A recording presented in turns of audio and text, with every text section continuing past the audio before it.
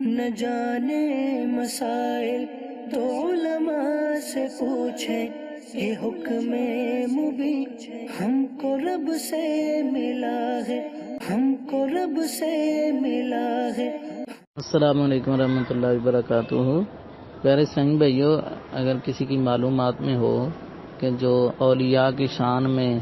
جو روایت بیان کی جاتی ہے، جس کا مفہوم اس طرح سے ہے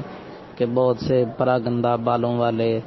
اور ایسے افراد کے جن کو لوگ اہمیت نہیں دیتے، وہ اگر قسم کھا لیں تو اللہ ان کی قسم کو پوری کر دیتا ہے، تو یہ اس طرح کی روایت کا مفہوم ہے۔ تو اگر کسی کو اس کے حوالے کا پتہ ہو اور یہ روایت کے بارے میں معلومات ہو تو وہ برائے مہربانی معلومات عطا فرما دیں۔ وعلیکم السلام ورحمۃ اللہ وبرکاتہ۔ جو آپ نے سوال کیا ہے، اس طرح کی روایت بخاری شریف کے اندر بھی موجود ہے، لیکن جو آپ نے تفصیلی روایت طلب کی ہے، جس طرح آپ نے بیان کی ہے، دعوت اسلامی کے اشاعتی ادارے مکتبۃ المدینہ کی مطبوعہ جہنم میں لے جانے والے اعمال، جلد دوم، اس کا صفحہ نمبر 34،